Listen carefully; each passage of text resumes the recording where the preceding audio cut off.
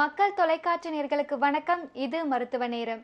இன்றைய மருத்துவ நேர நிகழ்ச்சியில் கண்புரை மற்றும் கண்கள் சார்ந்த பாதிப்புகள் குறித்து விளக்கம் அளிக்கிறார் கண்புரை அறுவை சிகிச்சை மற்றும் குழந்தைகள் கண் நிபுணர் மற்றும் மருத்துவர் ஸ்ருதி நிஷாந்த் அவர்கள். வணக்கம். வணக்கம். இன்றைய நிகழ்ச்சி முழுக்க நம்ம கண்புரை மற்றும் கண்கள் சார்ந்த பாதிப்புகள் பற்றி தான் பேச போறோம்.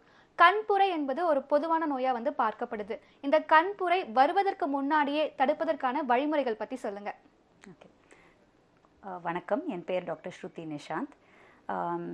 கண் மருத்துவத்தில் பார்த்திங்கன்னா கண்புரை என்பது ஒரு பொதுவான நோய், எல்லாருக்குமே பாதிக்கப்படுற ஒரு நோய். அது எனக்கும் சரி 40 வயசு இல்லை 50 வயசு தாண்டும் போது கொஞ்சம் அந்த கண்ணுடைய லென்ஸில் மாற்றங்கள் ஏற்படலாம்.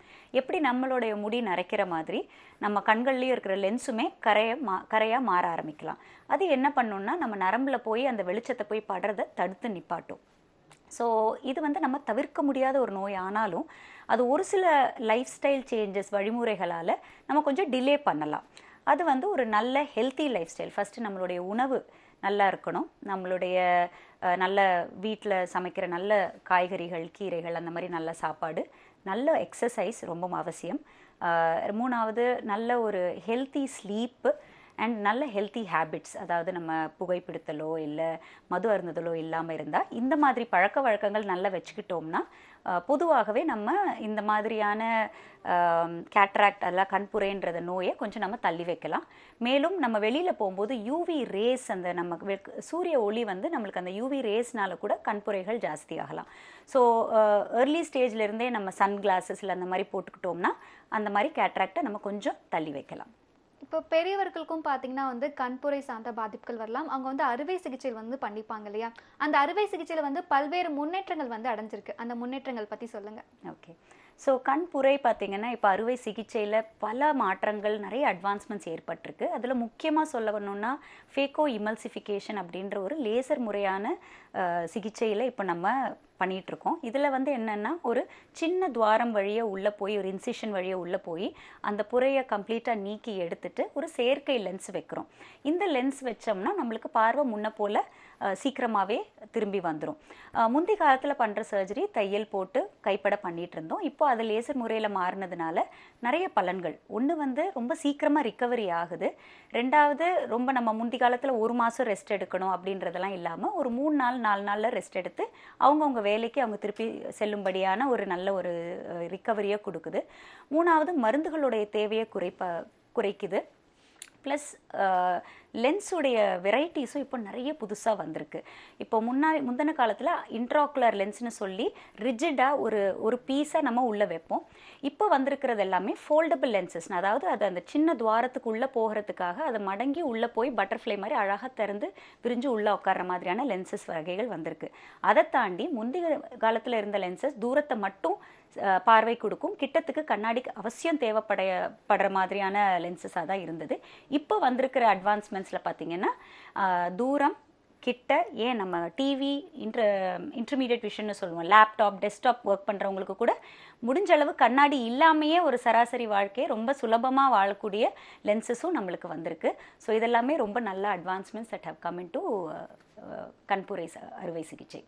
இப்போ பார்த்தீங்கன்னா பெரியவங்களுக்கும் சரி குழந்தைகளுக்கும் சரி இந்த கருட பார்வை காணப்படுது. இது நிறைய பேர் என்ன நினச்சிக்கிறாங்கன்னா அதிர்ஷ்டத்தின் சின்னமாக நினச்சிக்கிறாங்க. அதை பற்றி விளக்கமாக சொல்லுங்கள். ஓகே. ஸோ நான் ஒரு குழந்தை கண் நிபுணரும். ஸோ அதில் பார்த்திங்கன்னா நிறைய பேரண்ட்ஸ் கண்புரை மாறுகண் அப்படின்னு சொல்லி கூட்டிகிட்டு வருவாங்க. பார்த்திங்கன்னா ரொம்ப வயசு கொஞ்சம் தாண்டி ஒரு 10, 12, 15, ஏன் 25, 30 கூட நம்ம பார்க்குறோம். ஒரு சிலவங்க 60 வயசில் கூட அந்த மாறுகண் ஒன்றும் செய்யாமல் அது பாட்டில் சின்ன வயசுலேருந்தே விட்டுறலாம் அப்படின்னு சொல்லியும் வர்றாங்க. ஆக்சுவலாக இந்த மாறுகண்ணுன்றது ஒரு அதிர்ஷ்ட சின்னமே கிடையாது. மாறுகண்கள் பின்னாடி நம்ம கண்களுக்குள்ளே ஏதோ ஒரு பிரச்சனை இருக்குன்றதுக்கு அது ஒரு மிகப்பெரிய அறிகுறி. மாறுகண்கள் எதனால் வரும்னா, ஒன்று கண்ணுக்கு உள்ள கண்ணாடி பவர் இருந்தாலோ, இல்லை கண்புரை சின்ன வயசுலேயே கண்புரையோ, இல்லை வேறு எதுவும் ப்ராப்ளம்ஸ் இருந்தாலோ, நரம்பு ப்ராப்ளம் இருந்தாலோ கூட வரலாம். மாறுகண் இருந்தாலே அந்த குழந்தைய உடனடியாக நம்ம செக்கப் செய்யணும். கண் நிபுணர்கிட்ட செக்கப் செய்யணும். ஏன்னா நம்ம அந்த குழந்தைக்கு வேறு எதுவும் கண் ப்ராப்ளம் இருக்கான்றதை நம்ம உடனடியாக கவனிக்க வேண்டும். ஸோ மாறுகண்ணுன்றது ஒரு ஈஸியாக எடுத்துக்கக்கூடிய ஒரு விஷயம் கிடையாது. உடனடியாக கண் நிபுணர்கிட்ட செக்கப் பண்ணணும். நேர் ஒருத்தங்க இணைப்பில் காத்துட்டு இருக்காங்க, பேசிடலாம். வணக்கம் வேம்பு. எங்க இருந்து பேசுறீங்கம்மா? நாங்க சிதம்பரத்துல இருந்து பேசுறோங்க. மருத்துவர் கிட்ட உங்களுடைய சந்தேகத்தை சொல்லுங்கம்மா. சொல்லுங்க. என்னோட பையன் சின்ன பையன், அவனுக்கு 8 வயசு ஆகுது. சரிங்கம்மா. கண்ணு வந்து அந்த சைடு கண்ணு கொஞ்சம் இருக்கு மேம். எப்பயாவது வருது, திரும்ப அது ஆர்டிஃபிஷியலா மாறுது. அது என்ன காரணம் மேம்? ஒரு பக்கமா திரும்புதாமா? சாட்சி பாப்பாங்கல்ல மேம், அது மாதிரி பாக்குறாங்க. திடீர்னு பார்த்தா தெரியல. ஒரு கண்ணு ஒரு பக்கமா திரும்புதாமா அப்பப்போ? 2 கண்ணுமே திருப்புறாங்க மேம். ஓகே. இது வந்து இதுதான்மா நம்ம கருட பார்வைன்னு சொல்றோம். நீங்க சொல்றத பார்த்தா கண்ணு வந்து சைடா திரும்புது அப்படின்னாலே இன்டர்மிட்டன்ட் எக்ஸோட்ரோபியான்னு சொல்லுவோம். காது பக்கம் போச்சுன்னா அது இன்டர்மிட்டன்ட் எக்ஸோட்ரோபியா. ஸோ கண் அப்பப்போ சைடா விலகிறதுக்கு இந்த மாதிரியான கண்டிஷன் ஜெனட்டிக்காக இருக்கலாம். அதாவது ஃபேமிலியில் யாருக்கும் இந்த மாதிரியான ட்ரீட் இருந்ததுன்னா குழந்தைக்கு வர்றதுக்கு சான்ஸ் இருக்குது. ஸோ இந்த மாதிரியான கண்டிஷனுக்கு உடனடியாக நம்ம ஒரு குழந்தை கண் நிபுணர்கிட்ட செக்அப் பண்ணணும். அது பண்ணிவிட்டு ஃபஸ்ட்டு நம்ம என்ன பார்ப்போம்னா, குழந்தை கண்ணுக்கு எதுவும் கண்ணாடி பவர் இருக்கான்னு பார்ப்போம். ரெண்டாவது நரம்பெல்லாம் நல்லா இருக்கான்னு பார்ப்போம், கண் நரம்பு நல்லா இருக்கான்னு. அதையும் தாண்டி எல்லாமே நல்லா இருக்குது அப்படின்னா இதுக்கு நாங்கள் ஒரு சில எக்ஸசைசஸ் ஃபஸ்ட்டு கொடுப்போம். இந்த எக்ஸசைசஸ்லேயே நம்மளால் இதை சரி செய்ய முடிஞ்சால் அது ஒன்றும் ப்ராப்ளம் இல்லை. ஒரு சில டைம் இந்த கருட பார்வை ரொம்ப தெரியுது, இல்லை கண்ட்ரோலே ஆகலை அப்படின்னா அதுக்கு நம்ம அறுவை சிகிச்சை செய்ய வேண்டியது இருக்கும். அழைத்தமைக்கு நன்றிமா. நேர் ஒருத்தங்க இணைப்பில் காத்துட்டு இருக்காங்க, பேசிடலாம். வணக்கம் ரேவதி. Hello ma'am. எங்க இருந்து பேசுறீங்கம்மா? நாங்க மதுரை மாவட்டம் திருமங்கலம் பக்கத்துல வில்லேஜ் மேம். மருத்துவர் கிட்ட உங்களுடைய சந்தேகத்தை சொல்லுங்கம்மா. மேம், இந்த மாதிரி என் பொண்ணு வந்து 19 வயசு ஆகுது. ஹலோ சொல்லுங்கம்மா. அது தலைவலி வந்து வருது, ஆனா வந்து புருவம் எல்லாமே வீங்கிக்கிறது, முகமும் வீங்கிக்கிறது. அது எதனால மேடம்? தலைவலி வரும்போது தான் வீங்குதா? அடிக்கடி தலைவலி வருது அவளுக்கு. ஆனா வந்து நாங்க நார்மலா ஜிஹெச் பார்க்கும்போது இல்ல போய் கண் டாக்டர் பார்க்கணுமா என்னன்னு தெரியல, அதான் கேட்குறேன் மேடம். ஓகே. பொதுவாக தலைவலி வரும்போது கண் சம்மந்தப்பட்ட பிரச்சனைகள் பார்த்தீங்கன்னா இந்த ஃப்ரண்ட் சைடில் தான் தலைவலி வரும். பின்மண்டையில் வருதோ இல்லை மேல் பகுதியில் வருதுன்னா அது யூஸ்வலாக அதுக்கு சம்மந்தப்பட்டது கிடையாது. ரெண்டாவது, இந்த மாதிரி மூஞ்சி கொஞ்சம் வீங்குது அப்படின்னாலே சைனஸ் தொந்தரவு இருந்தால் கூட இந்த மாதிரியான தலைவலிகள் வரலாம். ஸோ அந்த தலைவலியும் கண்ணால் வரக்கூடிய தலைவலியும் ஒரே இடத்துல வர்றதுனால யூஸ்வலாக இது ரெண்டுமே சார்ந்தபடி தான் பார்ப்போம். ஸோ ஃபஸ்ட்டு கண் செக்கப் அவசியம் பண்ணிக்கிறணும். கண் செக்கப் பண்ணி அதெல்லாம் நார்மலாக இருக்குன்ற பட்சத்தில் அதுக்கப்புறம் நீங்கள் ஒரு ENT டாக்டர் கிட்ட பார்த்து இந்த சைனஸ் தொந்தரவையும் ஒருக்க செக் பண்ணி பார்த்துக்கோங்க. பை சான்ஸ் சைனஸ் தொந்தரவு அதுதான் அப்படின்னா கொஞ்சம் ஆவி பிடிச்சாலோ இல்லை குளிர்பானங்கள் குளிர்ச்சியான பொருள்களை கொஞ்சம் தவிர்த்தாலோ கண்டிப்பாக நல்ல ரிலீஃப் கிடைக்கும். ஸோ இதுதான் உங்களோடது. நீங்கள் ஃபஸ்ட்டு கண் செக்கப், அதுக்கப்புறம் ஒரு ENT செக்கப் பண்ணிக்கிறலாம். அழைத்தமைக்கு நன்றிமா. இப்போ குழந்தைகளுக்கும் பார்த்தீங்கன்னா வந்து கருட பார்வை இருக்கலாம் இல்லையா? இப்போ குழந்தைகள் வந்து சின்ன வயசுலேயே அந்த கருட பார்வையால் பாதிக்கப்படும் போது எந்த அளவுக்கு வந்து அவங்க சிரமப்படுறாங்க, அதை பற்றி சொல்லுங்க. ஸோ நம்ம பெரியவங்க நம்மளால் என்ன ப்ராப்ளமோ நம்ம வந்து ஷேர் பண்ணிக்க முடியும். பட் குழந்தைங்க வந்து இதுதான் என்னுடைய கண் போல், இதுதான் பார்வை போல் அப்படின்னு நினச்சி எதையுமே கம்ப்ளைண்ட் பண்ண மாட்டாங்க, அதை பற்றி ஒரு குறையே சொல்ல மாட்டாங்க. ஸோ நிறைய குழந்தைங்க பார்த்தீங்கன்னா இந்த கண் சைடாக கருட பார்வை போகும்போது ரெட்டையாக தெரியலாம். அந்த முதல் காலகட்டத்தில் அந்த ரெட்டையாக தெரியும் போது ஒரு கண் இப்படி மூடிக்கிறதோ இல்லை இப்படி உருட்டி பார்க்குறதோ இல்லை இப்படி மாதிரி சைடாக பார்க்குற பழக்கங்கள் உண்டாகலாம். ரெண்டாவது என்ன பண்ணலாம், அது போக போக அதுவும் சொல்ல மறுத்துட்டாங்கன்னா ஒரு சைடு பார்வை குறைய ஆரம்பிக்கலாம். அதை நம்ம சோம்பேறி கண்ணுன்னு சொல்லுவோம். ஏன்னா ரெட்டையாக தெரியும் போது மூளைக்கு அது கன்ஃபியூஷன் ஆகிறதுனால ஒரு பக்கத்தில் இருக்கிற பார்வையை அது க்ளோஸ் பண்ணி வச்சுட்டு ஒரு கண்ணை மட்டும் யூஸ் பண்ணுற மாதிரி ஆரம்பிக்கும் மூளை. ஸோ அது இருக்கும்போது என்ன ஆகும்னா குழந்தைங்களுக்கு ஸ்லோவாக அந்த கண்ணு விலக ஆரம்பிக்கும், இன்னும் ஜாஸ்தியாகவே விலக ஆரம்பிக்கும். அப்படி இருக்கும்போது நம்ம அந்த குழந்தைக்கு நம்ம சீக்கிரமாகவே சிகிச்சை கொடுக்கலைன்னா அந்த கண்களில் எல்லாமே நல்லா இருந்துமே அந்த கருட பார்வையினால் அவங்க வந்து பார்வை இழப்பு ஏற்படுற மாதிரி ஆகிடும். ஸோ இதெல்லாமே வந்து குழந்தைங்க சொல்ல மாட்டாங்க, நம்ம தான் வந்து உடனடியாக ஒரு பேரண்ட்ஸாக இருந்து கூட்டிகிட்டு வந்து காட்டணும். நேர் ஒருத்தங்க இணைப்பில் காத்துட்டு இருக்காங்க, பேசிடலாம். வணக்கம் சீதா லட்சுமி. வணக்கம்மா, இணைப்பில் இருக்கீங்க, பேசுங்க. எங்கிருந்து பேசுறீங்கம்மா? மீண்டும் முயற்சி பண்ணுங்கம்மா. அழைத்தமைக்கு நன்றி. நேர் ஒருத்தங்க இணைப்பில் காத்துட்டு இருக்காங்க, பேசிடலாம். வணக்கம் மணி. வணக்கம் ஐயா, எங்க இருந்து பேசுறீங்க? நான் திருநெல்வேலியில இருந்து பேசுறேன் மேடம். மணி என் பேரு. வயசு 73 ஆச்சு. வணக்கம் சார், சொல்லுங்க. வணக்கம் மேடம், நான் திருநெல்வேலியிலேருந்து மணின்னு பேசுகிறேன். ஓகே. சரி, ஐயா உங்களுடைய சந்தேகத்தை கேளுங்க. நான் வலது கண்ணு வந்து ஆப்ரேஷன் பண்ணி 5 years ஆச்சு. அப்புறம் அதுக்கப்புறம் இடது கண்ணை இப்போ பண்ணி 5 மாதம் ஆச்சுது. அவங்க கண்ணாடி கொடுத்துருக்காங்க, பவர் கிளாஸ் கண்ணாடி கொடுத்துருக்காங்க. ரெகுலராக கொஞ்சம் போடணும் அப்படின்ட்டு நான் பேப்பர் படிக்கும்போது வைக்கும்போது அப்பப்போ போட்டுக்கிறேன். சில நேரம் தலைவலிக்கிற மாதிரி இருக்கு. அது இதனாலயா இல்லை எப்படின்னு தெரியல மேடம், அதான் கேட்டேன். கண்ணாடி எந்நேரமும் போட்டுக்குவீங்களா இல்ல படிக்கிற நேரம் மட்டும் போட்டுக்குவீங்களா? போடல, பேப்பர் படிக்கும்போது மட்டும் தான் போட்டுட்டு இருக்கேன். ஓகே. தூரம் உங்களுக்கு தெளிவா இருக்கா இல்ல தூர பார்வையில கொஞ்சம் கஷ்டம் இருக்கா உங்களுக்கு? அது இல்ல, அவ்வளவு ஒன்றும் கஷ்டம் தெரியல. சைக்கிள் எல்லாம் போயிட்டு இருக்கிறேன். சரிங்க. ஓட்டுவேன், சின்ன பைக் ஓட்டுவேன். அப்பெல்லாம் ஒன்றும் தெரியல. சரிங்க. அதனாலதான் இப்படி ரெகுலரா கண்ணாடி கண்டிப்பா போடணுமா, தலைவலிக்குமா இல்ல? போட்டு பார்க்கலாங்க. ஏன்னா ஒரு சில டைம் தூரத்துக்கு ஒரு சின்ன கண்ணாடி பவர் இருந்தா அது போடாமையே விட்டோம்னா தலைவலி வரலாம். ஸோ அதனால கொஞ்ச நாளுக்கு அந்த கண் கண்ணாடியை கொஞ்சம் போட்டு பாருங்க. கண்டினியூஸா ஒரு தொடர்ந்து போட்டு பாருங்க. அதுல உங்களுக்கு தலைவலி விட்டுச்சுன்னா அப்போ அதுதான் பிரச்சனை. அப்பப்ப போடும்போது அது பத்தாமையா இருக்கலாம். அழைத்தமைக்கு நன்றி ஐயா. இப்போ வந்து கருட பார்வை பத்தி பேசிட்டு இருந்தோம் இல்லையா, அதை பத்தி நம்ம தொடர்ந்து பேசலாம். நேர் ஒருத்தங்க இணைப்பில் காத்துட்டு இருக்காங்க, பேசிடலாம். மக்கள் வணக்கம். மேடம் வணக்கம், உங்க பெயர் சொல்லுங்க, எங்க இருந்து பேசுறீங்க? தொலைக்காட்சியோட ஒலி அளவை முற்றிலுமா குறைச்சிட்டு பேசுங்க.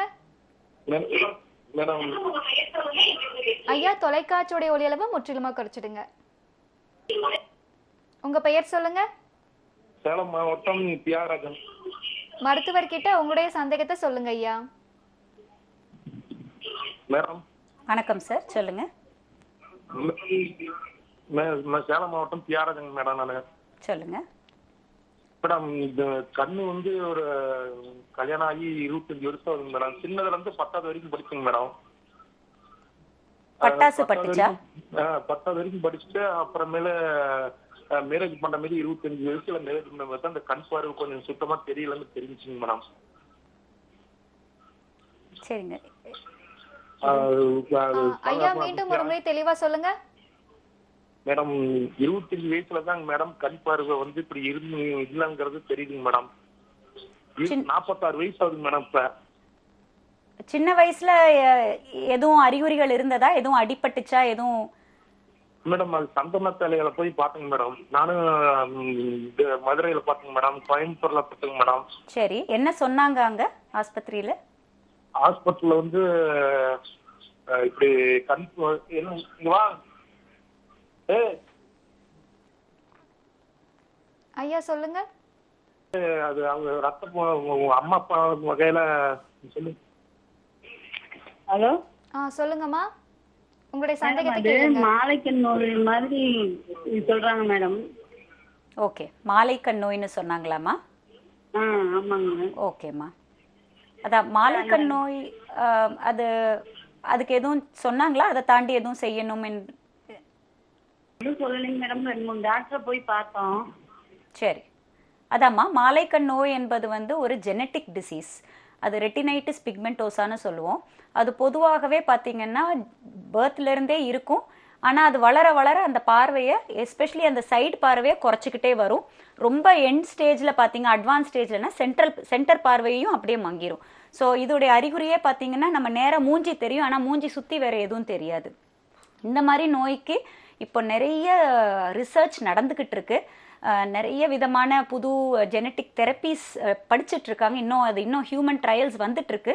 ஸோ இன்னும் கூடிய சீக்கிரம் அதுக்கு ஏதாச்சும் ஒரு நல்ல ஒரு தீர்வு வரும். பட் இப்பொழுதுக்கு தற்காலிகமாக அது இன்னும் ரிசர்ச் ஸ்டேஜில் தான் இருக்கிறதுனால பொதுவாக இந்த மாலைக்கண் நோய்க்கு நாங்கள் ஒரு சில இது ரொம்ப கேர்ஃபுல்லாக பார்க்க சொல்லுவோம். நடந்து போகும்போது ஸ்கேனிங்னு சொல்லுவோம், மேலே கீழே சைட்லலாம் பார்த்துட்டே போகணும்னு சொல்லுவோம். ரெண்டாவது, எங்கே போனாலும் அதுவும் இருட்டு டைமில் டார்ச் எப்பயுமே கையில் வச்சுருக்கணும்னு சொல்லுவோம். வருஷத்துக்கு ஒருக்க அவசியம் ஒரு ஃபீல்ட்ஸ் டெஸ்டிங் பண்ணணும்னு சொல்லுவோம். அதாவது சைட் பார்வை டெஸ்ட்டுன்னு சொல்லுவோம். அது கண் ஆஸ்பத்திரியில் தான் கிடைக்கும். அந்த டெஸ்ட்டை கண்டிப்பாக பண்ணிக்கிறணும். இதெல்லாம் ரெகுலராக நீங்கள் பண்ணிட்டு வந்தீங்கன்னா லோ விஷன் எய்ட்ஸ்ன்னு இருக்குது. அதாவது ஒரு சில டைம் கருவிகள் மூலமாக கூட கொஞ்சம் பார்வையை நம்ம இம்ப்ரூவ் பண்ணலாம். ஸ்பெஷல் கருவிகள் இதுக்குன்னே இருக்குது. ஃபீல்டு என்ஹான்சர்ஸ், ஃபீல்டு எக்ஸ்பேண்டர்ஸ்னு இருக்குது. அதையும் நம்ம கொஞ்சம் உபயோகித்து கொஞ்சம் நம்மளுடைய இருக்கிற பார்வையை தக்க வைக்கலாம், கொஞ்சம் எக்ஸ்பேண்ட் பண்ணலாம். இந்த மாதிரியான முறைகள் தான் இப்போ நம்மளுக்கு அவைலபிளாக இருக்குது. அதுவும் எல்லாம் கண் ஆஸ்பத்திரிகளையும் கேட்டு பார்த்தா தெரியும். பட் ட்ரீட்மெண்ட்டுன்னு பார்த்தீங்கன்னா இன்னும் கொஞ்சம் வருஷத்தில் மேபி இந்த நெக்ஸ்ட் டெக்கேடுக்குள்ளே நம்மளுக்கு ஒரு நல்ல ஒரு முடிவு வரும். அதுக்கு அழைத்தமைக்கு நன்றி. ஒருத்தங்க இணைப்பில் காத்துட்டு இருக்காங்க, பேசிடலாம். மக்கள் வணக்கம். வணக்கம், உங்க பெயர் சொல்லுங்க, எங்கிருந்து பேசுறீங்க? மீண்டும் முயற்சி பண்ணுங்க. அழைத்தமைக்கு நன்றி.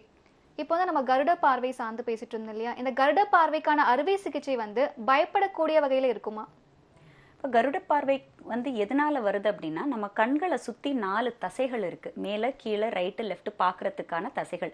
இந்த தசைகள் வந்து கண்ணுக்கு மேலே தான் இருக்கே தவிர கண்ணுக்கு உள்ளே கிடையாது. ஸோ அப்படி இருக்கும்போது நம்ம கருட பார்வைக்கான பண்ணக்கூடிய அந்த அறுவை சிகிச்சை கண்ணுக்கு மேலே தான் பண்ண போகிறோமே தவிர கண்ணுக்கு உள்ளே நம்ம போகிறது கிடையாது. ஸோ நிறைய பேர் என்னென்னா பயப்படுவாங்க, அந்த கருட பார்வைன்றது என் கண் பார்வை ஏதாச்சும் மாற்றிடுமோ அப்படின்றது. அந்த பயம் இருக்கக்கூடாது. இந்த கருட பார்வை அறுவை சிகிச்சைன்றது நம்ம ஒரு சேஃபான ஒரு எஃபெக்டிவான ப்ரொசீஜர். அதோடைய ரிசல்ட்டும் ரொம்ப நல்ல ரிசல்ட்டாக இருக்கும். அவங்க குழந்தையா இருக்கட்டும் பெரியவங்களா இருக்கட்டும், அவங்களுடைய ஆட்டிடியூட் கான்ஃபிடென்ஸையே மாற்றக்கூடியது. அது மட்டும் கிடையாது, பார்வையை கூட்டக்கூடியது. 3D பார்வைன்னு சொல்லுவோம். அதாவது நம்மளுடைய டெப்த் பர்செப்ஷனை இம்ப்ரூவ் பண்ணக்கூடிய ஒரு சர்ஜரியாக இருக்குது. குழந்தைகளுக்கு எஸ்பெஷலி அதை சோம்பேறி கண்ணை தவிர்க்கக்கூடிய ஒரு சர்ஜரியாக அமையுது. ஸோ அப்படி இருக்கும்போது கண் பார்வையிலையும் எந்த ஒரு ரிஸ்க்கும் இல்லாத ஒரு அறுவை சிகிச்சையானது இந்த கருட பார்வைக்கான அறுவை சிகிச்சை. இப்போ கண்புரை வந்து குழந்தைகளுக்கும் ஏற்படுமா? என்ன காரணங்களால ஏற்படலாம்? அதை பத்தி விளக்கமா சொல்லுங்க. நிறைய பேர் ஆச்சரியப்படலாம், குழந்தைங்களுக்கும் கண்புரை ஏற்படலாம். ஏன்னா வயசானவங்களுக்கு 60 வயசுக்கு மேலே தான் வரும். அது என்ன இது குழந்தைங்களுக்குன்னா கண்டிப்பாக வரலாம். அவ்வளோ காமனாக அவ்வளோ பொதுவானது இல்லைனாலும் நிறைய பேருக்கு, அதுவும் இந்த மாதிரி குழந்தைங்கள் கண் நிபுணர்களுக்கு இந்த மாதிரி கேசஸ் நிறைய வராங்க. இது எதனால் வரும்னா மோஸ்ட் காமன்லி ஜெனட்டிக். அதாவது அவங்க ஃபேமிலியில் யாருக்கும் கேட்ராக்ட் சின்ன வயசுலேயே இருந்ததுன்னா வரலாம். இன்ஃபெக்ஷனால் வரலாம். டார்ச் அப்படின்னு ஒரு செட் ஆஃப் இன்ஃபெக்ஷன்ஸ் இருக்குது. இந்த செட் ஆஃப் இன்ஃபெக்ஷன் தாய்க்கு அவங்க கருவில் குழந்தை உண்டாயிருக்கும் போது இந்த இன்ஃபெக்ஷன்லாம், ஒரு சில இன்ஃபெக்ஷன்லாம் தாக்குனா அந்த இன்ஃபெக்ஷன் மூலமாக குழந்தைக்கு கேட்ராக்ட் வரலாம். ஸோ இதெல்லாம் நம்ம கொஞ்சம் பாதுகாப்பாக இருக்கணும். குழந்தை பிறந்த உடனே கண்டிப்பாக ஒரு கண் செக்அப் ஹாஸ்பிட்டல்லையே பண்ணிடுவாங்க, அதுலேயே சொல்லிடுவாங்க. ஒருத்தங்க இணைப்பில் காத்துட்டு இருக்காங்க, பேசிடலாம். வணக்கம் சிவகாமி. வணக்கம் மேடம். எங்கிருந்து பேசுறீங்கம்மா? இங்க திருப்பூர் மாவட்டங்க.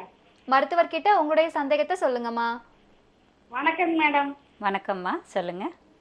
எனக்கு கண்ணு ரெண்டுலயுமே வந்து சின்ன புள்ளி வச்ச மாதிரி குறை இருக்குன்னு சொன்னாங்க. சரிங்கம்மா. லைட்டா இருக்குதுன்னு சொல்லியிருந்தாங்க. சரிங்கம்மா. இப்போ பாத்தீங்கன்னா தலைவலி வந்துச்சுன்னா ஒரு சைடு இந்த கண் பக்கம் தலைவலி வந்து இந்த கண்ணு வலிக்குதுங்க. இந்த சைடு வலிச்சதுனால இந்த பக்கம் கண்ணு வலிக்குதுங்க. அது எதனால, குறையினாலங்களா இல்ல எப்படிங்க? ஓகே. பொதுவாக இந்த மாதிரி புள்ளி மாதிரி சொல்கிற புறையை வந்து போஸ்டீரியர் சப்கேப்சுலார் கேட்ராக்ட்னு சொல்லுவோம், இல்லை போஸ்டீரியர் போலார் கேட்ராக்ட்னு சொல்லுவோம். அது என்னென்னா கரெக்டாக நம்ம கருவிழியில் நம்ம பார்ப்போம்னு சொல்லுவோம், அந்த ஒரு பியூப்பிள்னு சொல்லுவோம். அதில் போகக்கூடிய வெளிச்சத்தில் கரெக்டாக சென்டரில் மட்டும் ஒரு புள்ளி மாதிரி இருக்கிறதுக்கு தான் இந்த புரை இருக்கும். இது என்ன பண்ணோன்னா கரெக்டாக சென்டர் பார்வையை தடுத்து நிப்பாட்டும். சுற்றி இருக்கிற பார்வை ஓரளவுக்கு தெரியும். இப்போ என் மூஞ்சியை பார்க்குறீங்கன்னா என் மூஞ்சி தவிர எல்லாம் தெரியும், ஆனால் மூஞ்சி மட்டும் கொஞ்சம் மங்கலாக தெரியலாம். அதையும் தாண்டி நைட்டில் வண்டி ஓட்டும் போதோ இல்லை நைட்டில் லைட் எதுவும் பட்டுச்சுனாலோ ரொம்ப கண் தெரிக்கிற மாதிரியான ஒரு ஃபீலிங்கும் வரலாம். இந்த மாதிரியான புரை வந்து அறுவை சிகிச்சை மூலமாக சரி பண்ணுறது நல்லது. அதாவது அது கரெக்டான ஸ்டேஜில் இருந்தால், அது உங்களுடைய கண் நிபுணர் யார் பார்த்தாங்களோ அவங்க தான் உங்களுக்கு அதை பற்றியான ஒரு ஒப்பீனியன் கொடுக்க முடியும். பட் பொதுவாக தலைவலி அதனால வந்து அவ்வளோ இதாக இருக்காது, அசோசியேட்டடாக இருக்காது. மேபி அது ரொம்ப அவங்களுக்கு ஸ்ட்ரெயின் பண்ணி அதை மாதிரி உத்து பார்க்குறீங்க, ரொம்ப முயற்சி எடுக்கிறீங்கன்னா அதனால ஒரு தலைவலி வரலாமே தவிர பொதுவாக இந்த மாதிரியான புரைகளுக்கு அவ்வளோ தலைவலி இருக்காது. அழைத்தமைக்கு நன்றிமா. ஒருத்தங்க இணைப்பில் காத்துட்டு இருக்காங்க, பேசிடலாம். வணக்கம் ஆனந்தி. மேடம், எங்கிருந்து பேசுறீங்கம்மா? செய்யூர்ல இருந்து பேசுறேன் மேடம். மருத்துவர்கிட்ட உங்களுடைய சந்தேகத்தை சொல்லுங்கம்மா. மேடம் வணக்கம் மேடம். வணக்கம்மா, சொல்லுங்க. எனக்கு 50 வயசு ஆகுது. எனக்கு வந்து கண்ணு வலி எதுவும் இல்லை மேடம். எனக்கு பார்வை வந்து குறைஞ்சிருக்கு. எதுனா ஒரு பொருளை பார்த்தோம்னா கிட்ட போய் கண்ணை சுருக்கி பார்த்தாதான் அந்த பொருள் நமக்கு தெரிஞ்ச மாதிரி இருக்கு மேடம். அது பவர் குறைஞ்சிருக்குமா இல்ல புற வளர்ந்துருக்குமா மேடம்? உங்க வயசு சொல்லுங்கம்மா. எனக்கு 50 வயசு ஆகுது. 50 வயசு ஆகுது. பொதுவா உங்களுக்கு 40க்கு மேல வந்து கிட்ட பார்வை, அதாவது பிரெஸ்பயோப்பியான்னு சொல்லி உங்களுக்கு எல்லாருக்குமே வரக்கூடிய ஒண்ணு. அதாவது தொலைவில் இருக்கிறது நல்ல தெளிவா தெரியும், கிட்ட விஷயங்கள் ஃபோன் பார்க்கறது, பேப்பர் படிக்கிறது இதெல்லாமே கஷ்டம் ஆரம்பிக்கலாம். பொதுவாக அது 40 தாண்டியே அது அந்த பவர் வர ஆரம்பிச்சிடும். 50 தாண்டி வந்து பொதுவாகவே கண் புரை தான் வரக்கூடிய அந்த நோய். ஸோ இதனால தான் உங்களுக்கு பார்வை தட்டுப்பாடு இருக்கலாம். ஆனால் அதை நீங்கள் ஒரு கரெக்டான கண் நிபுணர்கிட்ட போய் செக்கப் பண்ணி அந்த மிஷினில் பார்த்து உங்களுக்கு எல்லாமே கரெக்டாக சொல்லுவாங்க. அதுபடி நீங்கள் ஃபாலோ பண்ணிக்கோங்க, கண்ணாடியா இல்லை அறுவை சிகிச்சையான்னு. அழைத்தமைக்கு நன்றிமா. கண்புரை வந்து குழந்தைகள் முதல் பெரியவர்கள் வரை யாருக்கு வேணா வரலாம் அப்படின்னு சொன்னீங்க இல்லையா? இந்த கண்புரை வந்துடுச்சுன்னா அதை எப்படி வந்து கண்டறியலாம், அதை பத்தி சொல்லுங்க. ஓகே. பொதுவாக இந்த கருட பார்வை அந்த மாதிரி நோய்கள்லாம் குழந்தைங்களுக்கு சட்டுன்னு தெரிஞ்சிடும், கண்ணு சைடாக போகுது அந்த மாதிரி. பட் இந்த கண்புரை குழந்தைகளுக்கு வர்றது வந்து கண்ணுக்குள்ளே இருக்கிறதுனால ஒரு சில டைம் நம்மளுக்கு எல்லாமே நல்லா இருக்கே அப்படின்ற மாதிரி தான் தோணும். அதுக்கு ஒரு சிம்பிள் டெஸ்ட் இருக்குது, எல்லாருக்குமே வீட்டில் பண்ணுறது. அதை நான் எல்லாருக்குமே ரெக்கமெண்டும் பண்ணுறேன். உங்களுக்கு குழந்தைங்க வீட்டில் யாரும் இருந்தாங்கன்னா ஒரு சிம்பிள் டெஸ்ட், உங்கள் ஃபோனில் ஃப்ளாஷ் போட்டு ஒரு ஃபோட்டோ குழந்தைய நேராக பார்க்குற மாதிரி எடுங்க. அந்த ஃபோட்டோ ஃப்ளாஷில் ஒரு கண்ணுக்கும் இன்னொரு கண்ணுக்கும் வித்தியாசம் இருந்தாலோ, இல்லை இன்னொரு கண்ணிலேருந்து வர்ற அந்த லைட்டு கொஞ்சம் வெள்ளையாக இருந்தாலோ உடனடியாக குழந்தைங்க கண் நிபுணர்கிட்ட செக்கப் போய் பார்த்துடணும். இந்த சிம்பிள் டெஸ்ட்னால நிறைய பேருக்கு இந்த மாதிரி கண்ணில் புரை இருக்கோ, இல்லை கண்ணாடி பவரோ, இல்லை இந்த மாதிரி கருட பார்வை கூட நம்மளால கண்டுபிடிக்கணும். இது பிரக்னஸ் டெஸ்ட்னு சொல்லுவோம். இது வந்து ஒரு சிம்பிள் வீட்டில் பண்ணக்கூடிய ஒரு டெஸ்ட். அது நீங்கள் 6 மாத குழந்தையிலேருந்து எந்த வயசுக்கு வேணாலும் பண்ணி பார்க்கலாம். அந்த நேராக குழந்தை அந்த ஃபோனை பார்க்கணும், ஒரு ஃப்ளாஷோட ஒரு ஃபோட்டோ எடுக்கணும். இந்த சிம்பிள் டெஸ்ட்டு எல்லா குழந்தைங்களுக்கும் வீட்டில் இருக்கிறவங்களுக்கு பண்ணி பாருங்க. அதில் எதுவும் வித்தியாசம் இருந்ததுன்னா உடனடியாக செக்அப் பண்ணலாம். நேர் ஒருத்தவங்க இணைப்பில் காத்துட்டு இருக்காங்க, பேசிடலாம். வணக்கம் முருகன். முருகன் எங்க இருந்து பேசுறீங்க? அழைத்தமைக்கு நன்றி, மீண்டும் முயற்சி பண்ணுங்க. நேர் ஒருத்தவங்க இணைப்பில் காத்துட்டு இருக்காங்க, பேசிடலாம். மக்கள் வணக்கம். வணக்கம். உங்க பெயர் சொல்லுங்க. பஞ்சாத்தரம். எங்க இருந்து பேசுறீங்க? ராமநாதபுரம் மாவட்டத்திலிருந்து பேசுறேன். உங்களுடைய சந்தேகத்தை மருத்துவர்கிட்ட சொல்லுங்க ஐயா. உங்களுடைய சந்தேகத்தை கேளுங்க ஐயா. இணைப்புல தான் இருக்கீங்க. சொல்லுங்க சார். கண்ணு ஆபரேஷன் பண்ண ஒரு 6 வருஷம் ஆச்சு. சரிங்க. தூக்கம் இல்லாம போச்சு. அந்த சந்தேகம் தான் கேளு. கண்ணு ஆபரேஷன் செய்ததுக்கு முன்ன உங்களுக்கு நல்லா இருந்ததா? முன்னாடி நல்லா தூக்கம் வந்துச்சு, அதுக்கு பின்னாடி தூக்கமே இல்லை டாக்டர். ஓகே. இது ஒரு சிலவங்களுக்கு இந்த மாதிரி வரலாம். பொதுவாக அந்த கண் சிகிச்சை ஆப்ரேஷன் முடிச்ச ஒரு இதில் வந்து ஒரு சிலவங்க ரொம்ப நல்லா தூங்குனாங்கன்னு சொல்லுவாங்க, ஒரு சிலவங்க தூக்கமே இல்லைன்னு சொல்லுவாங்க. இந்த தூக்கமே இல்லைன்றது 3 நாளுக்கு அந்த ஒரு பயம் இருக்கும். நம்மளுக்கு ஒரு ஆப்ரேஷன் பண்ணியிருக்காங்க, அது எப்படி இருக்கோ இல்லையோ அப்படின்னு அந்த டாக்டர் பார்க்குற வரைக்கும் உள்ள அந்த பயத்தினால ஒரு சிலவங்க தூங்காமல் இருப்பாங்க. பட் பொதுவாகவே பார்த்தீங்கன்னா ஆப்ரேஷன் பண்ண பிறகு நல்ல தூக்கம் வருது அப்படின்றது நிறைய பேர் சொல்லுவாங்க. உங்களுடைய இதில் பார்த்தீங்கன்னா கண் ஆப்ரேஷன் பண்ண பிறகு கண் புரை இருக்கும்போது வெளிச்சம் ரொம்ப கம்மியாக உள்ள விடும். பட் கண் ஆப்ரேஷன் பண்ண பிறகு லென்ஸ் வச்ச பிறகு வெளிச்சம் நல்லாவே உள்ள பாயறதுக்கு ஒரு இது இருக்கும். ஸோ நைட்டில் நீங்கள் பாருங்கள், லைட் எதுவும் ஆனாக வச்சுட்டு தூங்குறீங்க, நைட் லைட் எதுவும் இருக்குது அப்படின்னா அதை தயவுசெய்து ஆஃப் பண்ணி வைங்க. முழு இருட்டில் தூங்குறதுக்கு பழக பாருங்க. மேபி அது பண்ணிங்கன்னா கொஞ்சம் உங்களுக்கு அந்த வெளிச்சம் உள்ள போறதையும் தடுத்து நிற்கும், தூக்கம் கொஞ்சம் நல்லா வரலாம். அழைத்தமைக்கு நன்றி ஐயா. நேர் ஒருத்தங்க இணைப்பில் காத்துட்டு இருக்காங்க, பேசிடலாம். வணக்கம் ஜெயந்தி. வணக்கம் மேடம். எங்க இருந்து பேசுறீங்கம்மா? நான் பெங்களூர்ல இருந்து பேசுறேன் மேடம். மருத்துவர் கிட்ட உங்களுடைய சந்தேகத்தை சொல்லுங்கம்மா. சரி. வணக்கம்மா, சொல்லுங்க. வணக்கம் மேடம். மேடம் என் பேர் ஜெயந்தி, எனக்கு 45 வயசு ஆகுது மேடம். பெங்களூர்ல இருந்து பேசுறேன். சொல்லுங்கம்மா. மேடம் எனக்கு கண்ணு பார்வைலாம் கிட்டத்துல இருந்து பார்த்தா அந்த போன் எல்லாம் பார்க்கும்போது எழுத்தெல்லாம் 2 தெரியுற மாதிரி இருக்கு. கண்ணு வந்து ஒரு மாதிரி அது கூச்சம் சொல்றதா இல்ல வலிக்குதான்னு தெரியல மேடம். அந்த கண்ணு ரப்பெல்லாம் ஒரு மாதிரி வலிக்கிற மாதிரி இருக்கு, கூச்சமா இருக்கிற மாதிரி இருக்கு மேடம். சரிங்கம்மா. 45 வயசுல பொதுவாகவே வந்து வெள்ளெழுத்துன்னு சொல்லுவோம், அதுதான் நான் சொன்னேன். அந்த கிட்ட பார்வைக்கு கண்ணாடி தேவைப்படலாமா? அது எல்லாருக்குமே 40 தாண்டின பிறகு நம்மளுடைய கண்களுக்குள்ளே இருக்கிற சீலேரி மசில்னு ஒன்று சொல்லுவோம். அந்த சீலேரி மசில் இருக்கிறது குழந்தைங்கள்லேருந்து பார்த்திங்கன்னா ரொம்ப ஸ்ட்ராங்காக இருக்கும். அது ஏஜ் ஆக ஆக அது வந்து எப்படி நம்ம முடி நரைக்குதோ அது போல் அப்படியே வீக் ஆக ஆரம்பிக்கும். ஸோ 40 தாண்டின பிறகு எனக்கும் சரி யாருக்கும் சரி அந்த சீலேரி மசில்ஸ் வீக் ஆகி வெள்ளெழுத்துன்ற ஒரு இது தேவைப்படும். அதாவது கண்ணாடி தேவைப்படும் படிக்கிறதுக்கு மட்டும். தூரத்துக்கு உங்களுக்கு முன்னாடி எப்படி இருந்ததோ அது அதேபடி தான் இருக்கும். பட் கண்டிப்பாக நீங்கள் ஒரு கண் டாக்டர் கிட்ட போய் ஒரு செக்அப் பண்ணிவிட்டு கிட்ட பார்வைக்கு கொஞ்சம் கண்ணாடி நீங்கள் போட்டுக்கிட்டீங்கன்னா உங்கள் பிரச்சனை சரியாக போயிடும். அழைத்தமைக்கு நன்றிமா. நேர் ஒருத்தங்க இணைப்பில் காத்துட்டு இருக்காங்க, பேசிடலாம். வணக்கம் முத்துக்குமார். முத்துக்குமார் இணைப்பில் தான் இருக்கீங்க, பேசுங்க. அழைத்தமைக்கு நன்றி. மீண்டும் முயற்சி பண்ணுங்க. நேர் ஒருத்தங்க இணைப்பில் காத்துட்டு இருக்காங்க, பேசிடலாம். மக்கள் வணக்கம். ராதாமா இணைப்பில் தான் இருக்கீங்க, பேசுங்கம்மா.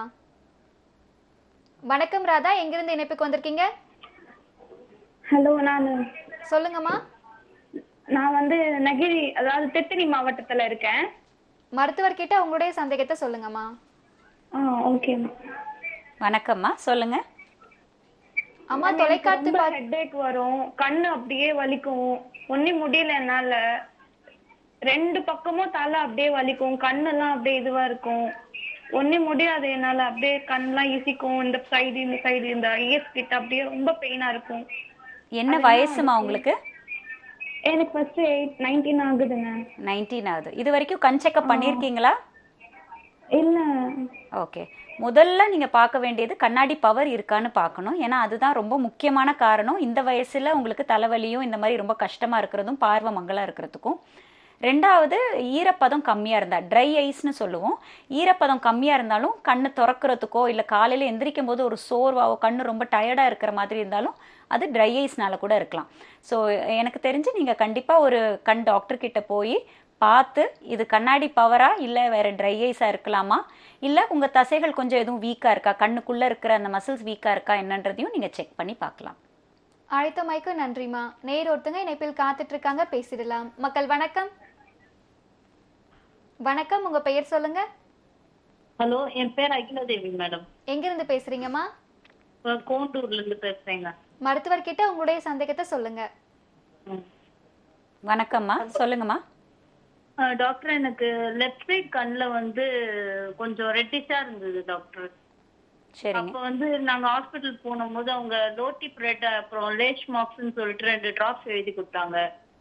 அந்த டிராப்ஸ் வந்து அவங்க கண்டினியூஸா 4 டைம்ஸ் போட சொன்னாங்க. நான் வந்து எனக்கு வேலை இருந்ததுனால நைட் மட்டும் போட்டேன். சரி, அப்புறம் எனக்கு அந்த ரெட்டிஷும் அந்த உருட்டுறதும் வந்து கம்மியாயிடுச்சு. அதனால நான் அந்த டிராப்ஸ் வந்து சரின்னு சொல்லிட்டு நைட் மட்டும் போட்டேன், விட்டுட்டேன். அப்புறமேட்டு ஒரு 4 நாள் கழிச்சு என்ன ஆயிடுச்சுன்னா கண்ணு ரொம்ப வந்து உருட்டுற மாதிரி ஆயிடுச்சு. அதுக்கு அடுத்த நாள் பாத்தீங்கன்னா கண்ணு வந்து பிளர்ரா தெரிய ஆரம்பிச்சிருச்சு. சரிங்கம்மா. இது வந்து ரொம்ப பொதுவாகவே நிறைய பேர் செய்யக்கூடிய ஒன்று தான். அதாவது கண்ணில் சிவப்பு வரும், டாக்டர் ஒரு மருந்து கொடுப்பாங்க, அது சரியான உடனே அதை டக்குன்னு நிப்பாட்டிட்டு அதுக்கப்புறம் நம்ம மறந்துடுவோம் அதை பற்றி. அதுதான் செய்யக்கூடாது, அது மிகப்பெரிய தவறு. ஆக்சுவலாக என்னன்னா, நம்ம இப்போ உங்களுக்கு கொடுத்துருக்கிற மருந்து அந்த லோட்டிப்ரெட்ன்றது இஸ் அ லோ பொட்டன்சி ஸ்டீராய்டுன்னு சொல்லுவோம். இந்த மருந்து வந்து உங்களுக்கு வீக்கத்தன்மையை டக்குன்னு குறைச்சிரும், உங்கள் சிவப்பு எல்லாத்தையும் நல்லா ஈஸியாக கிளியர் பண்ணிடும். ஆனால் டாக்டர் சொன்ன நாள் எவ்வளோ நாள் சொல்லியிருக்காங்களோ அந்த நாள் கணக்கில் நீங்கள் கண்டிப்பாக போட்டாகணும். நம்ம அதை பாதியிலேயே நம்ம நிப்பாட்டிட்டோம்னா திருப்பியும் அந்த பார்வை மங்குறது இல்லை அந்த சிவப்பு திருப்பி வரத்துக்கான அறிகுறிகள் ஜாஸ்தி. பொதுவாக வெள்ளை பகுதியில் இருக்கிற சிவப்பு பார்வை மங்குற வந்திருக்கு அப்படின்னா அதை வந்து எஸ்பிகேஸ்னு சொல்லுவோம். அதாவது கருவிழியும் பாதிக்க ஆரம்பிச்சிருக்குன்றதுக்கு ஒரு சின்ன அறிகுறி. ஸோ அப்போது அதுக்கு என்ன பண்ணணும்னா, உடனடியாக உங்கள் கண்டாக்டர் யார்கிட்ட நீங்கள் போய் மருந்து வாங்குனீங்களோ அவங்கக்கிட்ட பார்த்து திருப்பி இந்த மருந்தை எப்படி நீங்கள் கரெக்டாக போட்டு முடிக்கணுன்றதை கேட்டிங்கன்னா இது சரியாக போயிடும், ஒன்றும் ப்ராப்ளம் இருக்காது. ஆனால் உடனடியாக அதுக்கு நீங்கள் டாக்டர் அணுகணும். அழைத்தமைக்கு நன்றிமா. நேர் ஒருத்தங்க இணைப்பில் காத்துட்டு இருக்காங்க, பேசிடலாம். வணக்கம் காவியா. காவியா இணைப்புல தான் இருக்கீங்க, பேசுங்கம்மா. அழைத்தமைக்கு நன்றிமா. நேர் ஒருத்தங்க இணைப்பில் காத்துட்டு இருக்காங்க, பேசிடலாம். வணக்கம் செல்வம். ஐயா, எங்க இருந்து பேசுறீங்க? நான் வந்து கள்ளக்குறிச்சி மாவட்டத்துல இருந்து பேசுறேன் மேடம். மருத்துவர் கிட்ட உங்களுடைய சந்தேகத்தை தொடர்ந்து சொல்லுங்க ஐயா. சரிங்க மேடம். கள்ளக்குறிச்சியில இருந்து பேசுறேன். வணக்கம் ஐயா, சொல்லுங்க. தொலைக்காட்சியோட ஒளியளவை முற்றிலுமா குறைச்சிட்டு பேசுங்க. ஆஹ் உங்களுடைய சந்தேகத்தை கேளுங்க ஐயா. மேடம் எனக்கு வந்து வண்டி ஓட்டிட்டு போகும்போது ரொம்ப தண்ணி 2 கண்ணுலையுமே இருந்து தண்ணி வடியுது. ரெண்டாவது லெஃப்ட் சைடு கண்ணு வந்து பயங்கரமான வலி இருக்குது. தூங்குறது ரொம்ப சிரமமா இருக்குது மேடம். ம் அதுக்கு என்ன பண்ணலாங்க? பொதுவாக நம்ம டூ வீலர் இல்லை அந்த மாதிரி டூ வீலர் வண்டி ஓட்டிட்டு போகும்போது பொதுவாக ஹெல்மெட் இல்லை வைசர் ஏதாச்சும் போட்டு மூடணும், இல்லை கண்ணாடி ஏதாச்சும் போட்டு ப்ரொடெக்ஷன் பண்ணணும். அது எதுவும் யூஸ் பண்ணுறீங்களா? கண்ணாடி சில சமயத்துல போடுவேன். ஹெல்மெட் வந்து எப்பயுமே போட்டுதான் இருப்பேன். வைசர் மூடி இருக்குமா திறந்து இருக்குமா? சில நேரத்துல மூடி இருக்கும், சில நேரத்துல திறந்து வச்சிருப்பேன். பொதுவாக பார்த்தீங்கன்னா நம்ம வண்டி ஓட்டும் போது காற்று ரொம்ப வேகமாக வந்து கண்ணில் படும்போது அந்த காற்று வந்து நம்ம கண்ணில் இருக்கிற கண்ணீரை சீக்கிரமாகவே காய வச்சிரும். ஸோ அதனால கண் ஈரப்பதம் ரொம்ப ட்ரை ஆகும்போது ரிஃப்ளெக்ஸ் ஸ்டியரிங்னு சொல்லுவோம், அதனால தண்ணி வரும். ஸோ இது வந்து நம்ம தவிர்க்கணும் அப்படின்னா நம்ம வண்டி ஓட்டும் போது கண்ணுக்கு ப்ரொடெக்ஷன் கண்டிப்பாக கொடுக்கணும். ஒன்று ஹெல்மெட் போட்டு வைசர் மூடிக்கிறணும், இல்லை கண்ணாடி ஏதாச்சும் கூலிங் கிளாஸ் மாதிரி போட்டுட்டு வண்டி ஓட்டணும். அதை தாண்டி நீங்கள் நைட்லேயும் உங்களுக்கு அந்த மாதிரி கஷ்டம் இருந்ததுன்னா அது ட்ரை ஐஸ்க்குரிய அறிகுறி மாதிரி தான் தெரியுது. அதாவது ஈரப்பதம் கம்மியாக இருந்தால் இந்த மாதிரி வரலாம். ஸோ அதுக்கு வந்து லூப்ரிகண்ட் ஐ ட்ராப்ஸ்னு கிடைக்கும். நீங்கள் உங்கள் கண் டாக்டர் கிட்ட நீங்கள் அணுகி அந்த மருந்து வாங்கி, சொட்டு மருந்து மாதிரி இருக்கும், அந்த சொட்டு மருந்து வாங்கி போட்டிங்கன்னா கொஞ்சம் உங்களுக்கு அது டெஃபினட்டாக இம்ப்ரூவ்மெண்ட் இருக்கும். அழைத்தமைக்கு நன்றி ஐயா. நேர் ஒருத்தங்க இணைப்பில் காத்துட்டு இருக்காங்க, பேசிடலாம். வணக்கம் பாண்டீஸ்வரி. வணக்கம்மா. எங்கிருந்து பேசுறீங்கம்மா? அம்மா எந்த ஊர்ல இருந்து பேசுறீங்க? தேனி மாவட்டம் கொடிநாயக்கனூர். மருத்துவர் கிட்ட உங்களுடைய சந்தேகத்தை சொல்லுங்கம்மா. Okay ma'am.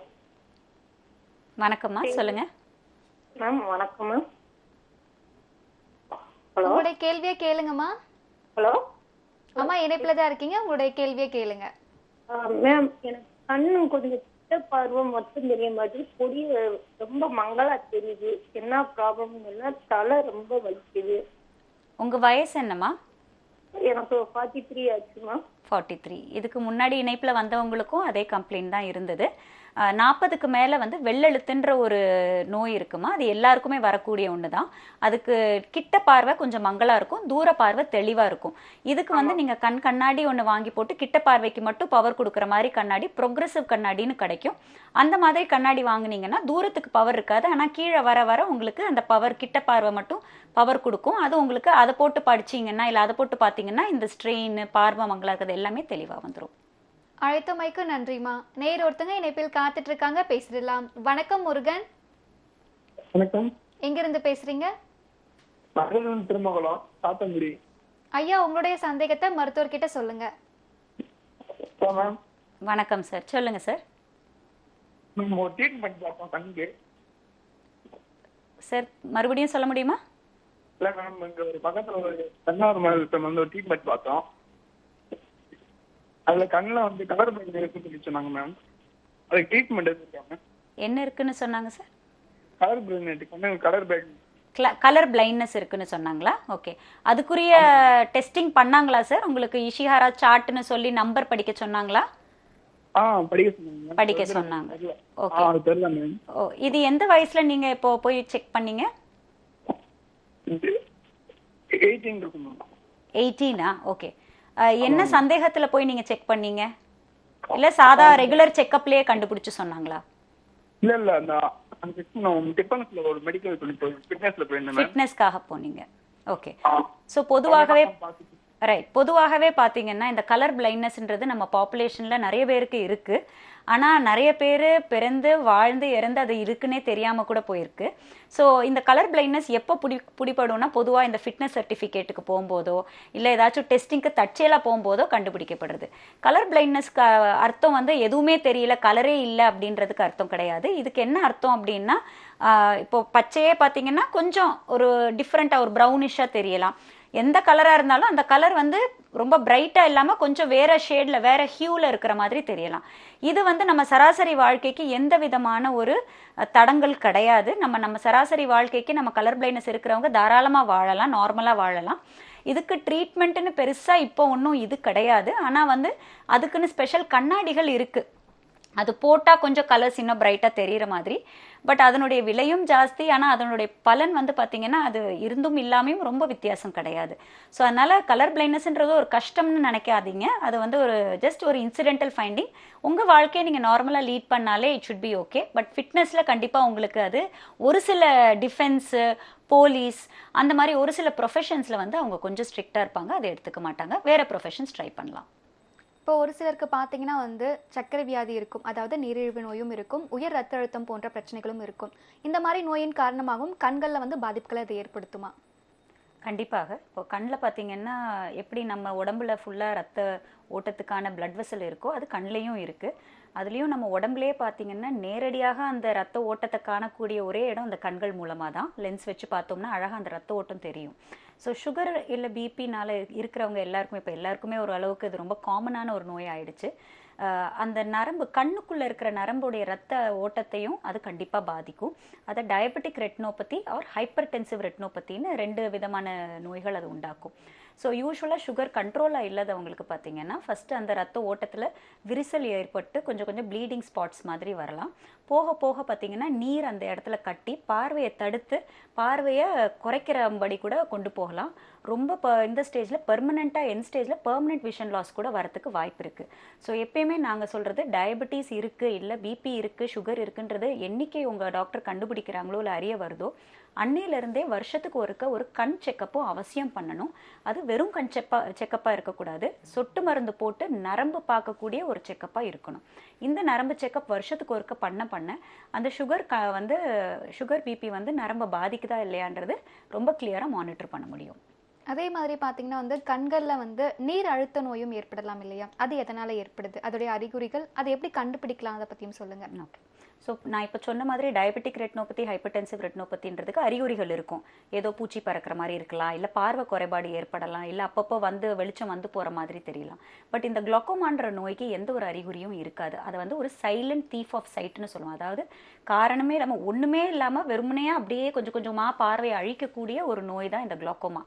இந்த நோயை அப்போ நம்ம எப்படி கண்டுபிடிக்க முடியும் அப்படின்னா 40 வயசுக்கு மேலே வருஷத்துக்கு ஒருக்க அவசியம் ஒரு கண் செக்கப், ரெகுலர் கண் செக்கப், ப்ரெஷர் நோய்க்குரிய செக்கப்பும் பண்ணணும். அதாவது கண்ணில் ப்ரெஷர் கூடுனா இந்த மாதிரியான நோய் வரலாம். ஸோ இது வருஷத்துக்கு ஒருக்க ஐ ப்ரெஷர் செக் பண்ணாலே இந்த நோய் இருக்கா இல்லையான்றது கிளியராக பார்த்துடலாம். அதே மாதிரி நான் சொன்ன மாதிரி சொட்டு மருந்து போட்டு நரம்பையும் பார்த்து நரம்பில் எதுவும் வீக்காக இருக்கா இல்லை மாற்றங்கள் இருக்கான்னு பார்த்தாலே நம்ம இந்த குளோக்கோமான்ற நோய் இருக்கா இல்லையான்றது கண்டுபிடிக்கலாம். ஏன் இந்த குளோக்கோமா நோய் அறிகுறி இல்லை அப்படின்னா அது சென்டர் பார்வையை மறைக்காது, ஃபஸ்ட்டு சைடு பார்வையை தான் அரிச்சிட்டு வரும். ஸோ நம்மளுக்கு அது தெரியாது. நம்ம சராசரி வாழ்க்கையில் நம்ம சென்டர் பார்வையை மட்டும்தான் யூஸ் பண்ணுவோம்.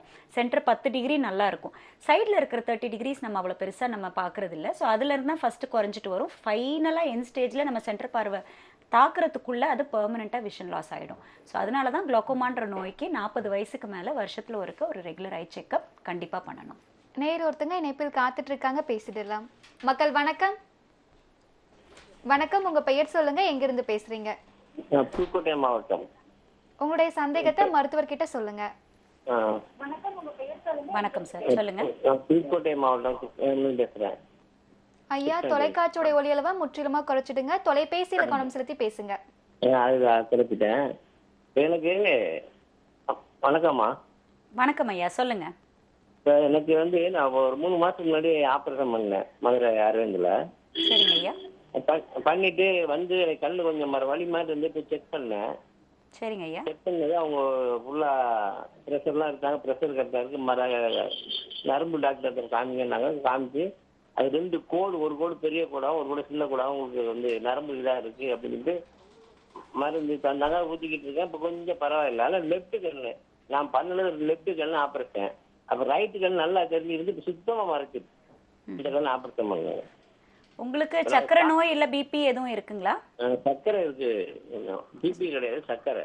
சக்கரை எப்போ லாஸ்டா பிளட் டெஸ்ட் எப்போ பண்ணீங்க? ஆப்ரேஷன் பண்ண போகும்போது 180 240 இருந்துச்சு. ஓகே. பொதுவாக பார்த்தீங்கன்னா கண்புரை ஆப்ரேஷன் வந்து கண்களுக்கு முன்பகுதியில் தான் இருக்கும் அந்த கண்புரை. ஸோ ஆப்ரேஷன் வந்து முன்பகுதியில் நம்ம பண்ணுவோம். நிறைய நேரம் இந்த கண்புரை கொஞ்சம் முத்தலாக இருக்கும்போது நரம்பு சரியாக தெரியாது. ஸோ அதனால நம்ம கண்புரை ஆப்ரேஷன் பண்ண பிறகு தான் நரம்பு செக்கப்பே பண்ண முடியும். ஸோ அப்படி பண்ணியிருக்கும் போது தான் அவங்க சொல்லியிருப்பாங்க நரம்பில் வந்து கொஞ்சம் ப்ராப்ளம் இருக்கிற மாதிரி. அது சுகர்னால கூட இருக்கலாம், எனக்கு தெரியல, பார்த்ததில்ல. பட் அது சுகர்னால இருக்கு அப்படின்னா நீங்கள் சொல்றது வந்து அதுக்குரிய ட்ரீட்மெண்ட் கண்டிப்பாக எடுக்கணும். ஏன்னா சுகர் வந்து கண் நரம்ப பாதிச்சதுன்னா அது லேசர் மூலமாவோ இல்லை கண்ணில் ஊசிகள் இன்ஜெக்ஷன் மூலமாவோ அந்த அந்த ரத்த கசிவுகளை நம்ம கண்ட்ரோல் பண்ணலாம், அந்த வீக்கத்தை கண்ட்ரோல் பண்ணலாம். ஆனால் முதல் ட்ரீட்மெண்ட் உங்கள் சுகர் நல்லா கண்ட்ரோலாக இருக்கணும், அதுதான் முதல் ட்ரீட்மெண்ட். ஸோ இதெல்லாமே உங்கள் டாக்டர் கிட்ட அதுவும் பார்வை டக்குன்னு குறையுதுன்னு சொல்கிறீங்க, இதெல்லாம் உடனடியாக நீங்கள் திருப்பி ஆஸ்பத்திரிக்கு போய் அரவிந்தில் போய் நீங்கள் பார்த்து அதுக்குரிய ட்ரீட்மெண்ட் என்னவோ உடனடியாக எடுக்கணும். இந்த மாதிரியான பார்வை குறைபாடை டிலே பண்ணக்கூடாது, அப்புறம் ரொம்ப கஷ்டம் ட்ரீட் பண்ணுறதுக்கு. உடனடியாக போய் பார்த்துக்கொள்ளவும். அழைத்தமைக்கு நன்றி ஐயா. இப்போ குழந்தைகள்லாம் பார்த்தீங்கன்னா வந்து கைபேசி, கணினி போன்ற திரைகளை வந்து அதிக அளவில் வந்து பார்க்குறாங்க. இதனால் அவங்களுடைய கண்கள் எந்த அளவுக்கு பாதிக்கப்படுது, இதை எப்படி தவிர்க்கலாம், அதை பற்றியும் சொல்லுங்கள். ஓகே. இப்போ நிறைய குழந்தைங்க கண்டாக்டருக்கு வர்ற ஒரே கம்ப்ளைண்ட் பேரண்ட்ஸ் கிட்டேருந்து ஃபோன் பார்க்குறாங்க, டிவி பார்க்குறாங்க, இது என்ன பண்ணுறது அப்படின்ற ஒரே ஒரு மெயின் கம்ப்ளைண்ட் தான். அது எனக்கும் தெரியும், இந்த காலத்தில் நம்ம ஃபோன்களை தவிர்க்க முடியாது. பட் குழந்தைங்க வளர்கிற பருவத்தில் கண்டிப்பாக நம்ம ஃபோனை கொடுக்கக்கூடாது, அது ரொம்ப ரொம்ப முக்கியமான ஒரு விஷயம். அவங்க அடம்படிக்கலாம், அழலாம், எல்லாம் செய்யலாம். பட் நம்ம பேரண்ட்ஸாக இருக்கிற நம்ம ரொம்ப ஸ்ட்ரிக்டாக இருக்கணும் இந்த விஷயத்தில். எப்போ நம்ம அவங்களுக்கு கொடுக்கணுமோ அது ஒரு நேரம் காலம் கொடுத்து கரெக்டாக இந்த நேரத்தில் கொடுத்து இந்த நேரத்தில் வாங்கிக்கிறணும். இது ரொம்ப அவசியம். ஏன்னா குழந்தைங்க கண்கள் வந்து இந்த கிட்ட வேலைகளை நிறைய பார்க்க பார்க்க கண்ணில் பவர் உண்டாகலாம், கண்ணாடி பவர் உண்டாகலாம். 2 கண்களில் வந்து ட்ரை ஐன்னு சொல்லுவோம், ஈரப்பதம் குறையலாம். 3வது அவங்க கண்கள் ஃபோக்கஸ் பண்ணக்கூடிய அந்த தசைகள் உள்ளே இருக்கிற அந்த சீலியர் மசில்ஸ்னு சொன்ன தசைகள் வீக் ஆகலாம். இதெல்லாம் பண்ணும்போது உங்களுக்கு நிறைய கம்ப்ளைண்ட்ஸ் வந்து குழந்தைங்க சின்ன வயசுலேயே வர்றதுக்கு அது காரணமாகும். ஸோ அதனால் பொதுவாக நான் சொல்கிறது அந்த 5 வயதுக்கு கீழே இருக்கிற குழந்தைகளுக்கு ஃபோன்ஸ் கொடுக்கறது தவிர்க்கலாம். டிவி கொஞ்சம் வளர வளர ஒரு அரை மணி நேரம் அந்த போல் கொடுக்கலாம். பட் ஃபோன்ஸை கண்டிப்பாக தவிர்க்கிறது நல்ல ஒரு பழக்கமாகும். நேர் ஒருத்தங்க இணைப்பில் காத்துட்டு இருக்காங்க, பேசிடலாம். வணக்கம் தமிழ்ச்செல்வி. தமிழ்ச்செல்வி இணைப்புல தான் இருக்கீங்க, பேசுங்கம்மா. அழைத்தமைக்கு நன்றி. சொல்லுங்கம்மா. என்னுடைய பேர் சோனா, மதுரையில இருந்து பேசுறோம். உங்களுடைய சந்தேகத்தை மருத்துவர்கிட்ட சொல்லுங்கம்மா. வணக்கம் மேடம். வணக்கம்மா, சொல்லுங்கம்மா. எனக்கு வந்து இப்ப வயசு வந்து ஒரு 35 வயசு ஆகுது. எனக்கு வந்து திடீர்னு கண்ணு வந்து ஒரு சில நேரம் அரிச்சு சிகப்பாயிருது மேம். அது வந்து நான் டாக்டர்கிட்ட போய் காட்டினதுக்கு என்னுடைய கண்ணு வந்து ரொம்ப சென்சிட்டிவான கண்ணு அப்படின்னு சொல்லி இது பண்ணாங்க. ஆனா இப்ப அந்த ப்ராப்ளம் வந்து என்னுடைய பொண்ணுக்கு இருக்கு. ஓகே. உங்களுக்கு சின்ன வயசுல இருமல், தும்மல், இல்ல அலர்ஜி, இல்ல ஆஸ்மா அது போன்ற எதுவும் இருந்ததா? அதாவது எனக்கு இல்ல, ஆனா நான் கன்சீவ் ஆன பின்னாடி எனக்கு வந்து அந்த அலர்ஜி ப்ராப்ளம் வந்துச்சு. ஓகே. இதை நம்ம ஏட்டோபின்னு சொல்லுவோம்மா, அலர்ஜிக் டெண்டன்சி. அதாவது நம்ம உடம்புக்குரிய தன்மை. அது அலர்ஜி வரக்கூடிய தன்மையான உடம்பா இருந்தா இந்த மாதிரி கண்கள்ல இந்த அரிப்பு, தண்ணி வர்றது, இல்ல கண்ணு எரிச்சல் ஆகுறதெல்லாம் சாதாரணமான கம்ப்ளைண்ட்ஸ் தான். இது வந்து நம்ம அலர்ஜிக் கன்ஜங்டிவைட்டிஸ்னு சொல்லுவோம். இதுக்காக தனியாக நம்ம ட்ரீட்மெண்ட் கொடுக்க வேண்டியிருக்கும், சொட்டு மருந்துகளால் தான் கொடுக்கணும். இப்போ உங்கள் பொண்ணுக்கும் வந்திருக்குன்றது வந்து ஜெனட்டிக் மூலமாக தான், அதாவது இது வந்து ஜெனட்டிக் வாரியாக வர டெண்டன்சி இது. ஸோ இந்த ஏட்டோபின்றதுக்கு நம்ம ஃபஸ்ட்டு ட்ரீட்மெண்ட் வந்து கொடுத்துடணும். ஏன்னா வந்ததுக்கப்புறம் நம்ம அதை வந்து சும்மா விட முடியாது. பட் அதை வராமல் தடுக்கணும் அப்படின்னா நம்ம அந்த பொதுவாக அந்த அலர்ஜி ட்ரிகர் பண்ணக்கூடிய இதை வந்து அவாய்ட் பண்ணிக்கிறணும். தூசி, சிமெண்ட் தூசி, சாக் பீஸ் தூசி, கொஞ்சம் அந்த செம்மணல், பீச் மணல், அந்த மாதிரி நம்ம காற்று நேராக கண்ணில் படுறது, 2 வீலரில் ஓட்டுறது, கண்ணாடி போடாமல் ஓட்டுறது, இந்த மாதிரியான ஒரு சில இதை வந்து கொஞ்சம் தவிர்த்து கண்ணுக்குள்ளே தூசி போகாமல் பார்த்துக்கிட்டிங்கன்னா இதை வந்து திருப்பி வராமல் தடுத்துக்கிறலாம். பட் வந்துருச்சுன்னா கொஞ்சம் நீங்கள் டாக்டர் பார்த்து கண்ணுக்கு அதுக்குரிய சொட்டு மருந்து போட்டு சரி பண்ணிக்கிறலாம். அழைத்தமைக்கு நன்றிம்மா. இப்போ குழந்தைகள்லாம் பார்த்தீங்கன்னா வந்து பவர் கிளாஸ் வந்து அதிக அளவில் பயன்படுத்துகிறாங்க. இந்த பவர் கிளாஸ் வந்து வராமல் தடுப்பதற்கான வழிமுறைகள் சொல்லுங்கள். ஓகே. ஸோ அது முதவே நான் சொல்லிட்டேன், கண்ணாடி பவர்ன்றது இந்த காலத்து பிள்ளைங்களுக்கு நிறைய நம்ம போட ஆரம்பிக்கிறாங்க. இது எதனாலன்னு பார்த்தீங்கன்னா, முந்தி காலத்தில் இருக்கிற குழந்தைகள் பாதி நேரம் வெளியில தான் விளையாடுவாங்க, வீட்டுக்குள்ளேயே இருக்க மாட்டாங்க. வீட்டுக்குள்ளே கூட்டிகிட்டு வரதுக்கு நம்ம கஷ்டப்படுத்துவோம். இந்த காலத்து பிள்ளைங்க வீட்டிலேருந்து வெளியில் தள்ளுறதுக்கு ரொம்ப கஷ்டப்படுறோம். அதனால தான் இந்த மாதிரியான விளைவுகள் நம்ம சந்திக்கிறோம். ஸோ இதை தடுக்கணும். இந்த மாதிரி என் குழந்தைக்கு கண்ணாடி இல்லாமல் நான் என்ன பண்ணலாம் அப்படின்னா, முதல் ரொம்ப முக்கியமான ஒரு விஷயம், சூரிய ஒளி உடம்பு மேலே படணும். வெளியில் நல்லா விளையாடணும், தூரம் நல்லா பார்க்கணும். வீட்டுக்குள்ளே 4 செவருக்குள்ளே ஃபோனை பார்த்துட்டோ டிவி பார்த்துட்டோ இருந்தால் அந்த பவர் கண்டிப்பாக வரத்துக்கு சான்ஸ் இருக்குது, ரிஸ்க் இருக்குது. ஸோ முதல் இது வந்து வெளியில் நல்லா விளையாடணும், தூரம் நிறைய பார்க்கணும். ரெண்டாவது ஃபோன் டிவி போன்ற கருவிகளை கொஞ்சம் குறைச்சிக்கிறணும், உபயோகத்தை கொஞ்சம் குறைச்சிக்கிறணும். மூணாவது டயட் ரொம்ப நல்லா பார்த்துக்கிறணும். இப்போ புது ரிசர்ச் என்ன சொல்லுதுன்னா தூக்கம் ரொம்ப முக்கியம்னு சொல்லுது. இந்த காலத்தில் நிறைய பிள்ளைங்க லேட்டாக தூங்க ஆரம்பிக்கிறாங்க, அதுவும் வந்து கண்ணாடி பவர் வரத்துக்கு ஒரு முக்கியமான ஒரு ரிஸ்க்னு சொல்கிறாங்க. ஸோ உங்கள் குழந்தைங்களை 8 இல்லை 9க்குள்ளே தூங்க வச்சா இந்த கண்ணாடி பவரை நம்ம முற்றிலும் தவிர்க்கலான்றதும் இப்போ புது ரிசர்ச் சொல்லுது. நேர் ஒருத்தவங்க இணைப்பில் காத்துட்டு இருக்காங்க, பேசிடலாம். வணக்கம் தயாளன். சொல்லுங்கம்மா. வணக்கம்மா. எங்கிருந்து பேசுறீங்க? ராணிப்பேட்டை மாவட்டம்மா. ஐயா, உங்களுடைய சந்தேகத்தை மருத்துவர்கிட்ட சொல்லுங்க. கண்டிப்பா சொல்றேம்மா. வணக்கம் ஐயா, சொல்லுங்க.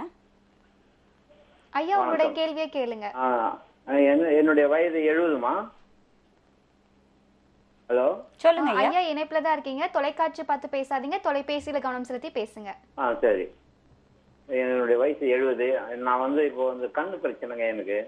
அதாவது ஒரு நம்பரை சரியா பார்த்து அப்சர்வ் பண்ண முடியல, எழுத முடியல, படிக்க முடியல, ரெண்டாவது கிட்ட பாரு தூர பாருன்னு சொன்னாங்க, அதுக்கும் போய் கண்ணாடி போட்டேன். கண்ணாடி போட்டும் புரோஜனம் இல்லை, ரொம்ப தடுமாற்றம் ஆகுது. நடக்கும்போது தடுக்கி கீழே வர மாதிரி இருக்குது, ஒண்ணுமே பண்ண முடியாத சூழ்நிலை. டாக்டரை போய் கேட்டேன், கண் டாக்டர் என்ன சொல்றாங்க, நரம்பு பாதிப்பு இருக்கு உங்களுக்கு, நேர்பார்வை ஒண்டி தான் இருக்குது, பக்கவாட்டில் பார்வை கிடையாது உங்களுக்கு, நீங்க இனிமேட்டு லைஃப் லாங் இப்படிதான் இருக்கணும் அப்படின்றாங்க. எனக்கு ஒன்றும் புரியல மேடம். இது கண்புரை சிகிச்சை பண்ணிட்டீங்களா நீங்க? அதுக்குரிய அறுவை 2 கண்ணு பண்ணிட்டேன் மேடம், கேம்ப்ல பண்ணேன் நானு. சரிங்க. கண்ணில் நீரழுத்த நோய் இல்ல குளோக்கோமா நோய் அந்த மாதிரி எதுவும் வார்த்தைகள் சொன்னாங்களா டாக்டர்? இல்லைங்க, அந்த மாதிரி எதுவுமே சொல்லலைங்க. அவங்க சொன்னது மொத்தமே இதுதான், அவங்களுக்கு நரம்புல பிரச்சனை. அதாவது மூளை, எனக்கு ஸ்ட்ரோக் வந்தது மேடம் ஒரு 4 வருஷத்துக்கு முன்ன. மேடம் லைன்ல இருக்கீங்களாமா? சொல்லுங்க. எனக்கு பக்கவாதம் வந்ததுங்கம்மா. சரிங்க. அந்த பக்கவாதம் வந்ததுல இருந்து இந்த பிரச்சனை வந்துச்சு எனக்கு. சரி, அவ்வளவு அதுக்கு முன்னே எல்லாமே எழுதி படிச்சுட்டு ஆட்டோ ஓட்டியிருந்தேன் நானு. சரிங்க. இப்ப அந்த பக்கவாதம் வந்துட்டு பிற்பாடுதான் எனக்கு அந்த பிரச்சனை இருக்குது. நேர்பார்வை ஒண்டி தான் இருக்குது உங்களுக்கு, பக்கவாட்டு பார்வை கிடையாது. நரம்பு பாதிச்சு உங்களுக்கு, மூளையில இருந்து வர நரம்பு கண்ணுல நல்லா இருக்குது, ஆனா நரம்பு பிரச்சனை உங்களுக்கு. புரியுது. இது என்னன்னா பொதுவாக வந்து நம்ம கண்ணுடைய நரம்பு பாத்தீங்கன்னா நம்ம மூளையில வரைக்கும் போய் சேர்ந்து நம்ம கண்கள் கொடுக்குற இம்பல்ஸும் ஸ்டிமுலேஷனும் நம்ம மூளை தான் யூஸ் பண்ணி பார்க்க வைக்குது. இப்போ உங்களுக்கு பக்கவாதம் வரும்போது அந்த மூளைக்கு போகக்கூடிய அந்த பார்வைக்கான முக்கியமான ஒரு பகுதி ஆக்சிபிட்டல் கார்டெக்ஸ். ஒரு சில டைம் அந்த இடத்துக்குரிய ரத்த ஓட்டம் குறைஞ்சதுன்னா பார்வைக்கான அந்த இம்பல்ஸ் போய் சேர்ந்தாலும் அந்த மூளை அந்த பகுதியில் சரியா வேலை செய்யாததுனால அந்த பார்வையை கொடுக்க முடியாத நிலைமையில வரலாம். இது வந்து எனக்கு எந்த பகுதியில் பாதிப்புன்றது என்னால் சொல்ல முடியல, பட் எந்த பகுதியில் வந்தாலும் இதை வந்து நம்ம லோ விஷுவல் எய்ட்ஸ்னு சொல்லுவோம். அதாவது பார்வையை ட்ரீட்மெண்ட்னால நம்ம கொண்டு வர முடியலன்னாலும் ஒரு சில கருவிகள் மூலமாக இருக்கிற பார்வையை கொஞ்சம் நம்ம கூட்டி கொடுக்கலாம். ஸோ இதுக்கு வந்து லோ விஷுவல் இவாலுவேஷன்னு சொல்லுவோம். ஃபஸ்ட்டு உங்களுக்கு ஒரு முழு எல்லா செக்கப் எல்லாம் முடித்த பிறகு ஃபர்தர் கொஞ்சம் டெஸ்ட் பண்ணுவோம். Field testing, colour vision testing இதெல்லாம் பண்ணி முடிச்சுட்டு உங்களுக்கு எந்த மாதிரியான கருவிகள் எதுவும் கொடுத்தா கொஞ்சம் பார்வையை கூட்டி கொடுக்கலாமான்றதை ட்ரை பண்ணி பார்க்கலாம். ஸோ இதை லோ விஷுவல் எய்ட்ஸ்னு சொல்லுவோம். ஸ்பெஷல் கண்ணாடிகள் மூலமாகவும் ஸ்பெஷல் வீடியோ மேக்னிஃபயர்ஸ் அந்த மாதிரி மூலமாகவும் கொஞ்சம் இம்ப்ரூவ் பண்ணி கொடுக்கலாம். ஆனால் அதுக்கு நம்ம ஃபஸ்ட்டு ஒரு ட்ரையல் எடுத்து பார்க்கணும். உங்களுக்கு பக்கத்தில் இருக்கிற கண் டாக்டர் யார்கிட்டயாச்சும் போய் பார்த்து இதை பற்றி நீங்கள் கண்டிப்பாக கேட்டு பாருங்க. அழைத்தமைக்கு நன்றி ஐயா. நம்மளுடைய அன்றாட வாழ்க்கையில கண்களை எப்படி முறையா பராமரிக்கணும் அதை பத்தி சொல்லுங்க. ஸோ நம்ம உடம்புலேயே பார்த்தீங்கன்னா காலையிலேருந்து தூங்குற வரைக்கும் ரொம்ப வேலை செய்கிற உறுப்பு என்ன அப்படின்னா ஹார்ட்டு, அதுக்கப்புறம் கண்கள் தான். ஏன்னா நம்ம கண்கள் வந்து கண் திறக்கிற நேரத்துலேருந்து கண்ணை திருப்பி தூங்குற நேரம் வரைக்கும் அத்தனை சிக்னலும் இம்பல்ஸும் நம்ம பிரெயினுக்கு கொடுக்குது. நம்ம கண் வழியாக பார்க்கக்கூடிய சிக்னல் தான் நம்ம வெளி உலகத்துக்கான ஒரு லிங்க், நம்ம உடம்புக்கும் வெளி உலகத்துக்கும். ஸோ பார்த்திங்கன்னா நம்ம கண்கள் வந்து கண்டிப்பாக நம்ம நல்லபடியாக பராமரிக்கணும். பட் கண்களுடைய அழகான ஒரு இது என்னென்னா தன்னைத்தானே கூடிய ஒரு தன்மை இருக்குது. அதுதான் அந்த டியர் ஃபில்ம்னு சொல்கிறது. அது வந்து தானாகவே நம்ம கண்களை ரெப்ளனிஷ் பண்ணி நல்லா க்ளீனாக வச்சுக்கும். நம்ம அதை சரியாக வச்சுக்கிட்டாலே போதும். நம்ம கண்களை ரொம்ப ஓவர் யூஸ் பண்ணாமல் கொஞ்சம் ரிலாக்ஸேஷன் கொடுத்தாலே தானாகவே அது ஹீல் ஆகக்கூடிய தன்மை உண்டுது. அதுக்கும் மேலே நம்ம கொஞ்சம் க்ளீனாக வச்சுக்கணும்னு நினச்சோம் அப்படின்னா காலையில் எந்திரிக்கும் போது நம்ம மூஞ்சி கழுவும் போது இந்த கண் பட்டையில் இருக்கிற முடிகளை கொஞ்சம் நல்லா வாஷ் பண்ணிக்கிறலாம். அதை தாண்டி ஃபோன், டேப்லெட்ஸ், லேப்டாப்ஸ், டெஸ்க்டாப்ஸ் இந்த மாதிரி ஸ்க்ரீன் யூஸ் பண்ணுறக்கூட கருவிகளை கொஞ்சம் குறைச்சி யூஸ் பண்ணால் நம்ம அதுவே ஒரு பெரிய இது நம்ம ரிலாக்ஸேஷன் நம்ம கண்களுக்கு. அப்பப்போ நம்ம வேலை செய்யும் போது நம்மளால் தவிர்க்க முடியாமல் ரொம்ப நேரம் வேலை செய்கிறோம் அப்படின்னா கண்ணை ஒரு ஃபியூ செகண்ட்ஸ் இப்படி மூடி வச்சு நல்லா இப்படி கையை இப்படி பண்ணி பாமிங்னு சொல்லுவோம். கண்ணு மேலே இப்படி கையை வச்சோம்னா அது கொஞ்சம் நம்மளுக்கு ரிலாக்ஸேஷன் கொடுக்கும். 30 நிமிஷத்துக்கு ஒரு பிரேக் எடுத்து தூரம் பார்த்துட்டு திருப்பி உங்கள் வேலைக்கு வந்தால் அதுவும் ரொம்ப நல்லது உங்கள் கண்களுக்கு ரிலாக்ஸேஷன் கொடுக்கறதுக்கு. இதுவரைக்கும் கண்புரை சார்ந்தும் கண்கள் சார்ந்தும் சிறப்பாக தெளிவாக விளக்கமளித்ததற்கு நன்றி. ரொம்ப சந்தோஷம். தேங்க்யூ. இத்துடன் மருத்துவ நேர நிகழ்ச்சி நிறைவடைகின்றது. இதே போன்று மற்றொரு நிகழ்ச்சியில் உங்களை சந்திக்கும் வரை உங்களிடமிருந்து விடைபெறுவது சந்தியா. நன்றி, வணக்கம்.